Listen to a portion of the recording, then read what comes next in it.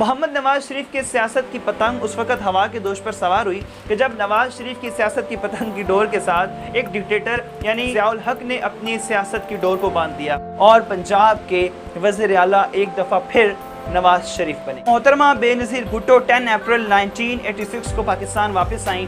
मोहतरमा बेनज़ीर भुट्टो का बहुत ही पुरतपाक तरीके से इस्तकबाल किया गया। राह मादर की जासूसी की गई, उनकी किरदार कुशी की गई और अखबारों में ऐसी खबरें छापी गईं जो बेनज़ीर भुट्टो की किरदार कुशी में नुमायां थी।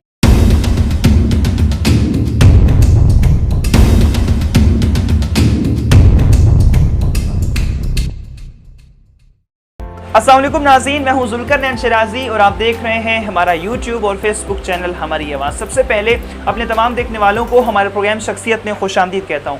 नाज़रीन, आज के प्रोग्राम में नवाज शरीफ के सियासी सफ़र की जाने बढ़ने से कबल आपको उनके मुताल्लिक कुछ तारफ़ी मालूमात बताता चलूँ कि नवाज शरीफ 25 दिसंबर 1949 को पाकिस्तान के शहर लाहौर में शरीफ ख़ानदान के घर पैदा हुए। नाज़रीन, मोहम्मद नवाज शरीफ के वालिद का नाम मियाँ मोहम्मद शरीफ था, जो कि बर-ए-सग़ीर की तकसीम के वक़्त अमृतसर से हिजरत करके पाकिस्तान आए। नाज़रीन, अगर हम उनकी एजुकेशन की बात करते हैं तो उन्होंने आर्ट एंड बिजनेस में बैचलर किया यानी मास्टर की डिग्री हासिल की गवर्नमेंट यूनिवर्सिटी लाहौर से और उसके बाद लॉ की डिग्री हासिल की यूनिवर्सिटी ऑफ पंजाब से। नाज़रीन, ये तो था उनके मुताल्लिक कुछ बुनियादी मालूमात। अभी बढ़ते हैं नवाज शरीफ के सियासी सफ़र की जानिब। मोहम्मद नवाज शरीफ की सियासत की पतंग उस वक्त हवा के दोष पर सवार हुई कि जब नवाज शरीफ की सियासत की पतंग की डोर के साथ एक डिक्टेटर यानी ज़ियाउल हक ने अपनी सियासत की डोर को बांध दिया।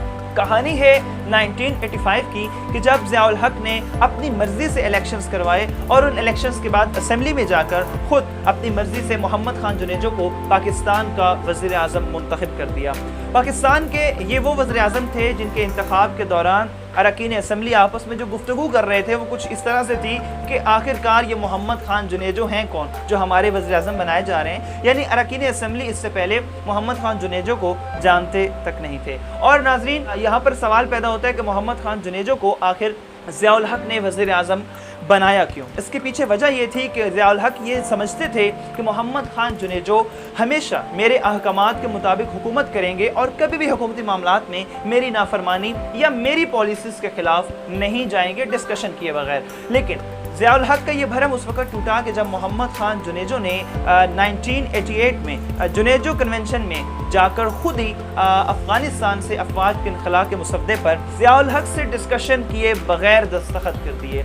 ये दस्तखत करना ज़ियाउल हक को बिल्कुल पसंद ना आया और इसका इजहार उन्होंने उस वक़्त किया कि जब उन्होंने 2B98 एक्ट को इस्तेमाल करते हुए मोहम्मद खान जुनेजो की हुकूमत को बरतरफ कर दिया। जुनेजो की हुकूमत जहां पर बरतरफ हुई वहां पर तमाम हुकूमती अहदेदार अपने ओहदों से फारिग हो चुके थे, लेकिन उस वक़्त पंजाब के वज़ीर आला मोहम्मद नवाज शरीफ थे जिन्हें उनके ओहदे पर बरकरार रखा गया। यानी इस वक़्त जबकि तमाम हुकूमती ओहदेदार अपने ओहदों से फारिग कर दिए गए, लेकिन नवाज शरीफ को बतौर निगरान वज़ीर आला पंजाब के वज़ीर आला के तौर पर बरकरार रखा गया। नाज़रीन, ये वो वक़्त था कि जब इजहार हुआ कि मोहम्मद नवाज शरीफ के सर पर पहला सियासी दस्ते शफ़क़त जिसने रखा वो एक डिक्टेटर था और उसका नाम ज़ियाउल हक था।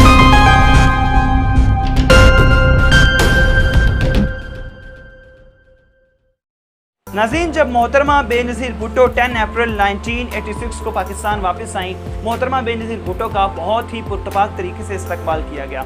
मोहतरमा बेनज़ीर भुट्टो के इस इस्तकबाल के बाद ये तासुर फैल गया कि आने वाले इलेक्शंस जो कि ज़ियाउल हक ने उसकी डेट का ऐलान कर रखा था, उस इलेक्शन में मोहतरमा बेनज़ीर भुट्टो क्लीन स्वीप करने वाली हैं। ये बात ज़ियाउल हक को किसी तरह भी पसंद नहीं थी। ज़ियाउल हक ने ये मुकम्मल कोशिश की हर साजिश के ज़रिए से कि बेनज़ीर भुट्टो इन इलेक्शंस के अंदर हार जाएं और इस बात को यकीनी बनाने के लिए ज़ियाउल हक ने हर हरबा इस्तेमाल किया और सबसे पहला हरबा ये था कि जैसे ही मोहतरमा बेनज़ीर भुट्टो पाकिस्तान आई उनके खिलाफ उनकी किरदार कुशी की गई और अखबारों में ऐसी खबरें छापी गईं जो बेनज़ीर भुट्टो की किरदार कुशी में नुमायां थी और बेनज़ीर भुट्टो को हर तरह से अवाम के अंदर बदनाम करने की कोशिश की गई। इस कोशिश की वजह से, इस साजिश की वजह से मोहतरमा बेनज़ीर भुट्टो को पाकिस्तान आते ही शादी करना पड़ी। और फिर क्या हुआ कि मोहतरमा बेनज़ीर भुट्टो जब उम्मीद से थी तो ज़ियाउल हक ने उनकी जासूसी करवाई, राह मादर की जासूसी की गई। इस जासूसी का मकसद ये था कि इलेक्शंस की डेट को चेंज किया जाए। नाज़रीन, ज़ियाउल हक की स्ट्रेटजी ये थी कि इलेक्शंस की वो डेट रखी जाए कि जिन अयाम में मोहतरमा बेनज़ीर भुट्टो इलेक्शन की कैंपेन में हिस्सा ना ले सकें, और इलेक्शन की कैंपेन में हिस्सा ना लेने की वजह से मोहतरमा बेनज़ीर भुट्टो ये इलेक्शन हार जाएं। लेकिन अब यहाँ पर इंटेलिजेंस रिपोर्ट के मुताबिक ज़ियाउल हक ने इलेक्शन की डेट चेंज कर दी और इलेक्शन की जो डेट मुख्तस की गई वो 16 नवंबर 1988 थी। और ये वो डेट थी कि जिस डेट को इंटेलिजेंस रिपोर्ट के मुताबिक मोहतरमा बेनज़ीर भुट्टो उम्मीद से होंगी और वो इलेक्शन कैंपेन का हिस्सा नहीं बन सकेंगी। नाज़रीन, यहाँ पर ज़ियाउल हक ने कोशिश तो बड़ी की कि मेरे सामने से एक मजबूत हरीफ जो कि मोहतरमा बेनज़ीर भुट्टो की सूरत में खड़ा हुआ था उसको बड़े आराम से एक तरफ कर दिया जाए। लेकिन यहाँ पर हुआ ये कि ज़ियाउल हक का त्यारा 17 अगस्त 1988 को हवा में क्रैश हुआ और ज़ियाउल हक इस कहानी में से एक तरफ हो गए। यानी ये जो कुदरत को मंजूर होता है ये कुदरत से बेहतर कौन जानता है। नाज़रीन, ज़ियाउल हक का त्यारा जब हवा में क्रैश हुआ यहाँ पर एक ताकत का खला पैदा हुआ और ताकत के उस खला को 3 शख्सियात ने फिल किया जिसको अमूमन स्ट्रेटेजिक ट्रायंगल कहा जाता है। उस स्ट्रेटेजिक ट्रायंगल का जो मरकजी और मेन किरदार थे, क्योंकि वही खुलकर अमली मैदान में मोहतरमा बेनज़ीर भुट्टो के मुकाबले में आए थे। उनका नाम था जनरल ISI हमीद गुल। जनरल ISI हमीद गुल ने खुलकर मोहतरमा बेनज़ीर भुट्टो के खिलाफ महाज आराई की और ज़ियाउल हक के शहीद होते ही रातों रात 9 सियासी पार्टीज पर मुश्तमिल एक मजबूत इत्तेहाद मोहतरमा बेनज़ीर भुट्टो के खिलाफ खड़ा कर दिया। उनकी ये पूरी कोशिश थी किसी तरह भी ये इलेक्शंस बेनज़ीर भुट्टो नहीं जीतनी चाहिए। इन 9 सियासी पार्टीज को जब इकट्ठा किया गया तो इसका नाम IJI रखा गया और IJI के सरबराह तो गुलाम मुस्तफ़ा जतोई को बनाया गया। यहाँ बताता चलूँ कि IJI का जो अवामी चेहरा था उसका नाम मियाँ मोहम्मद नवाज शरीफ था। अब जब IJI के कैंपेन के लिए जो पोस्टर्स छपते थे उन पोस्टर्स के ऊपर एक तरफ साइकिल जो कि IJI का इंतखाबी निशान था और एक तरफ IJI का नाम और सेंटर में मियाँ मोहम्मद नवाज शरीफ की फोटो लगी होती।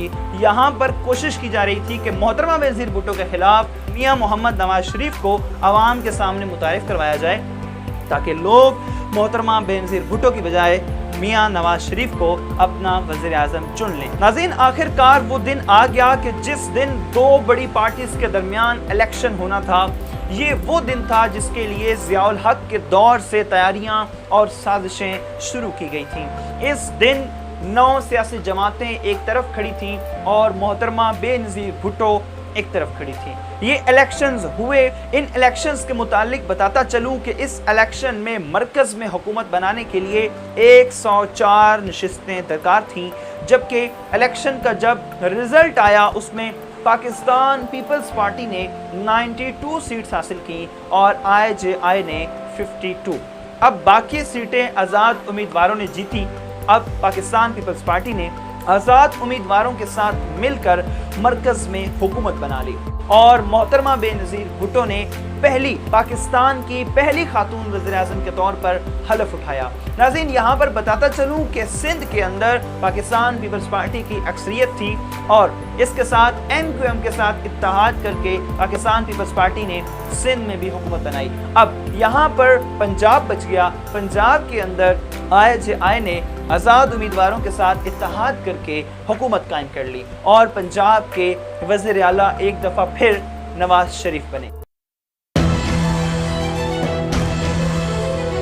नवाज शरीफ का सियासी सफर जारी है और आने वाली एपिसोड्स के अंदर हम आपको बताएंगे कि मियां मोहम्मद नवाज शरीफ पाकिस्तान के पहली दफ़ा वज़ीर आज़म कैसे बने और वो कौन से ऐसे 3 इल्ज़ामात हैं जो मियां मोहम्मद नवाज शरीफ ने मोहतरमा बेनज़ीर भुट्टो पर लगाए और फिर हिस्ट्री गवाह है कि वही इल्ज़ामात मियां मोहम्मद नवाज शरीफ पर लगे। और आने वाली एपिसोड्स के अंदर पनामा केस और तमाम तर तफसीलात पर बात करेंगे। इस सीरीज़ को देखने के लिए हमारे चैनल को सब्सक्राइब कीजिए और बेल आइकन को प्रेस कीजिए ताकि हर नए आने वाली वीडियो आप तक बर वक्त पहुँच सके। आज तक के लिए अल्लाह ने खेमा।